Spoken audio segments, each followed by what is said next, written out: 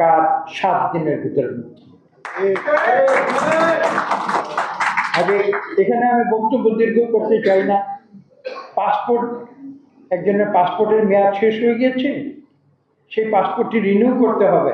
যে এম্বাসিতে গেলে, আমি নিজের ব্যক্তিগত অভিজ্ঞতা না হলেও আমি যাদেরকে চিনি তাদের অভিজ্ঞতা থেকে বলছি, এম্বাসির গেট দিয়ে অনেকে ভিতরে ঢুকতে পারবে না, বাইরের রাস্তায় দাঁড়িয়ে থাকতে হবে, অথচ তাদের অর্থে সেই এম্বাসির কর্মচারীদের বেতন দেওয়া হচ্ছে, সেটা কিন্তু অ্যাম্বাসেডর সাহেবরা ভুলে যায়। এই হচ্ছে আজকের বাংলাদেশের বাস্তবতা। ঘুরে ফিরে সাইফুল হক সাহেব হয়তো আমাকে আরো সুন্দর করে ব্যাখ্যা করতে পারবেন। কথাটি বলতে হয়, আসলে দরিদ্র মানুষের যে অর্থনীতির অধিকার, সেটা বঞ্চিত করেছে আজকের এই সরকার। আজকের সরকার বড় বড় কথা বলে, তারা নাকি গণতন্ত্রের জন্য স্বাধীনতার পক্ষের শক্তি বলে না। তারা যদি স্বাধীনতার পক্ষের শক্তি হতো, তাহলে এটা কি সম্ভব যে তারা বাংলাদেশ থেকে গণতন্ত্রকে বিসর্জন দিয়ে এদেশে একদলীয় শাসন কায়েম করবে? এদেশে বাকশাল 2 কায়েম করেছে তো আমার কথা না। যে টাইম ম্যাগাজিন, বিশ্বের শতবর্ষের পুরনো বিখ্যাত, বিশ্ববিখ্যাত নিউজ ম্যাগাজিন, তারা বলেছে আজকে বাংলাদেশে বাকশাল 2 কায়েম হচ্ছে, 72-75-এ বাকশাল 1 কায়েম হচ্ছে, এবার হচ্ছে বাকশাল 2। কোথায় সেই গণতন্ত্র?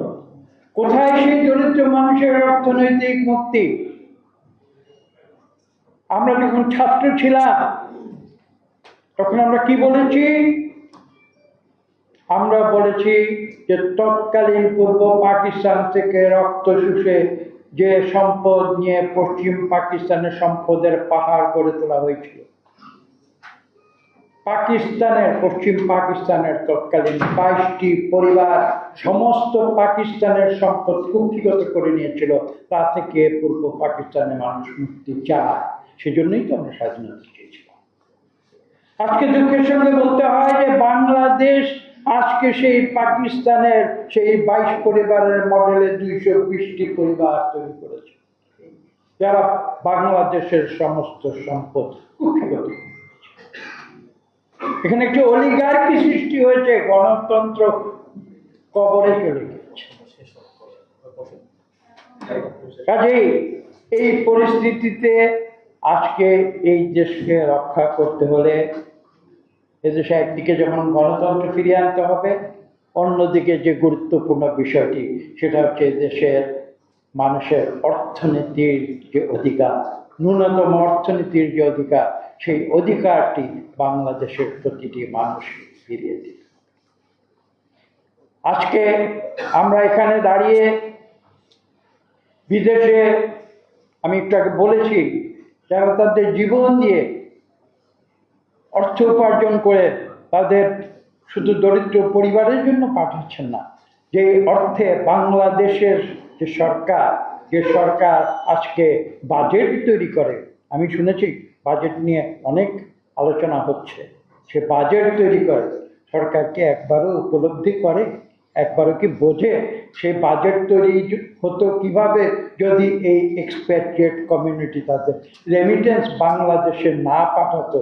তাহলে এই বাজেট তারা এই ভুয়া জাতীয় সংসদে বসে ভুয়া এমপিদের দিয়ে কিভাবে তৈরি করত? সেটা কি সরকার বুঝতে পারে?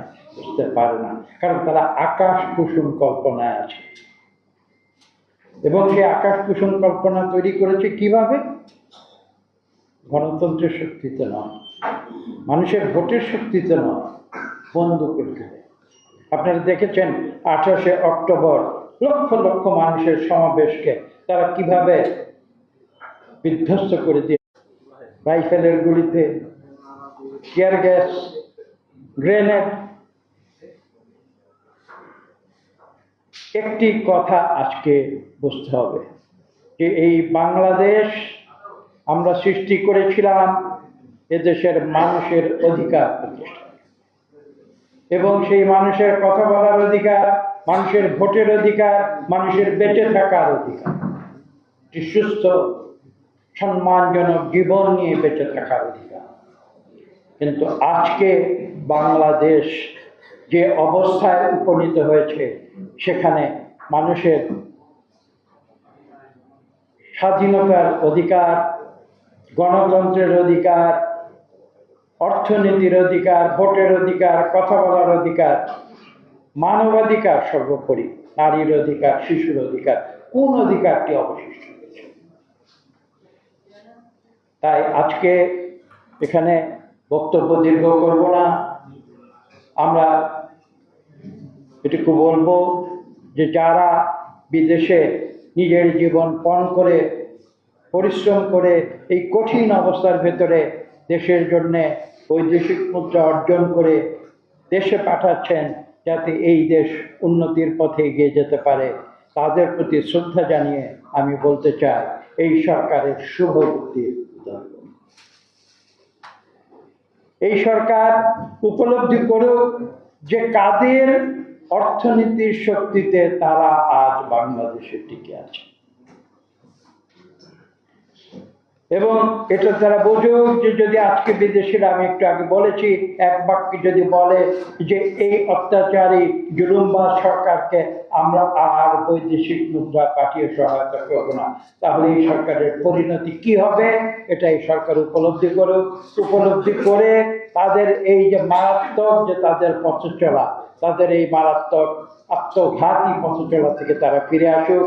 বাংলাদেশের উন্নয়ন আমরা দেখতে চাই, কিন্তু সেই উন্নয়ন এমন কোনো উন্নয়ন যেন না হয় যেখানে শুধু গুটি কয়েক মানুষের উন্নয়ন হবে আর বাংলাদেশের কোটি কোটি মানুষের অনুন্নয়ন হবে, সেই উন্নয়ন আমরা দেখতে চাই।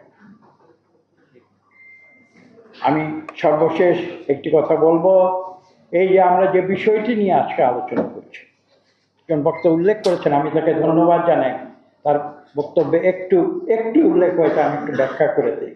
এই যে আমরা আজকে বিদেশে কর্মসংস্থানের কথা বলছি, বিদেশ থেকে রেমিটেন্সের কথা বলছি, তার জনক ছিলেন একজন যার নাম প্রেসিডেন্ট জিয়াউর রহমান। এবং দ্বিতীয় যে কথাটি আপনাদের স্মরণ করিয়ে দিতে চাই সেটা হচ্ছে, আজকে এই যে আপনারা দাবি জানিয়েছেন বৈদেশিক কল্যাণ মন্ত্রণালয়ের প্রতি, যাতে করে আপনাদের মঙ্গলামঙ্গল তারা যেন সঠিকভাবে দেখে, আমি একটু ছোট্ট উদাহরণ দেব একটু পরে। সেই ব্যবস্থাটি করেছিলেন অন্য কেউ নয়, বেগম খালেদা জিয়া। আমি কিছুদিন আগে আমার বক্তব্য শেষ করব একটি অত্যন্ত দুঃখজনক ঘটনার ভেতর দিয়ে। আজকে থেকে কয়েকদিন আগে মধ্যরাতে আমি ঢাকা এয়ারপোর্ট গিয়েছিলাম। কেন গিয়েছিলাম? আমার এলাকার একজন দরিদ্র মানুষের অত্যন্ত দুঃখী কন্যা, সে জীবনের প্রতি বিধ্বস্ত হয়ে গিয়ে সে বলেছিল আমি বিদেশে যাব, কাজ করব।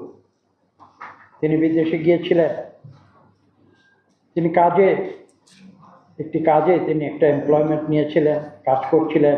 এক পর্যায়ে গিয়ে কি হয়েছে আমরা এখন সত্যি জানি না।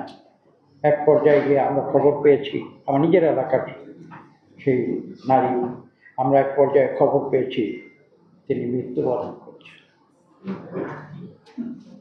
আমি গভীর রাতে তার দুঃখী পিতা এবং তার ভাইদের নিয়ে আমি ঢাকা এয়ারপোর্টে গিয়ে তার কন্যার মৃতদেহ আমরা গ্রহণ করছি। কাজে আপনাদের যে কষ্ট সেটা আমার কাছে ব্যাখ্যা করার প্রয়োজন। আমি জানি যে কি দুঃখে, কি কঠিন পরিস্থিতিতে আমরা বিদেশে কাজ করতে চাই এবং কি কঠিন পরিস্থিতিতে সেখানে আমরা মোকাবেলা করি। একটি সংখ্যা বলেছেন একটু আগে সাইকেল ব্যবসায়, কতজনের মৃতদেহ দেশে ফিরে এসেছে। তারা গিয়েছিলেন তাদের নিজের কল্যাণের জন্য, পরিবারের কল্যাণের জন্য, তার মৃতদেহ ফিরে এসেছে। আসুন আমরা তাদের সম্মান করি, তারা দেশের জন্য প্রাণ দিয়েছে। বক্তব্য দীর্ঘ করব না, সবশেষে এইটুকু বলবো, উপজেলা নির্বাচনের প্রশ্নটি সাংবাদিকরা বারবার জিজ্ঞেস করছে, সে কথাটি না বলে পারছি না। আমি স্মরণ করে দিতে চাই, একদিন আগে, আজকে থেকে একদিন গতকাল আমি বলেছিলাম যে বাংলাদেশের মানুষ যেভাবে 7ই জানুয়ারির নির্বাচনকে বর্জন করেছে। আগামীকাল অর্থাৎ আজকে আপনারা দেখবেন ঠিক একইভাবে বাংলাদেশের মানুষ এই ভুয়া নির্বাচনের যে নাটক আজকে বাংলাদেশে উপজেলা নির্বাচনের প্রথম পর্যায়ে যেটা অনুষ্ঠিত হচ্ছে সেটাকে তারা বর্জন করবে। আমি কথা গতকাল বলেছিলাম, আজকে আপনাদের সামনে বলতে চাই, আপনারা সারা সকাল প্রমাণ দিয়েছেন। আমার নিজের এলাকার ছবি আমি সাংবাদিকদের কাছে বিলি করেছি। সেখানে ভোট কেন্দ্রে সকালে আমরা যখন থেকে ভোট শুরু হয়েছে তারপর থেকে আমরা ছবি নিয়েছি, দেখেছি। ভোট কেন্দ্রে একজন ভোটারও নাই আমার নিজের নির্বাচনী এলাকায়। আমার কাছে ছবি আছে, আমি ইতিমধ্যে সকালেই সাংবাদিকদের কাছে। আমি আজকে পুনরায় ঠিক 7ই জানুয়ারির মতো আমি বাংলাদেশের গণতন্ত্র সচেতন মানুষের প্রতি শ্রদ্ধা জানিয়ে আমি আজকে আবার সেলিব্রেট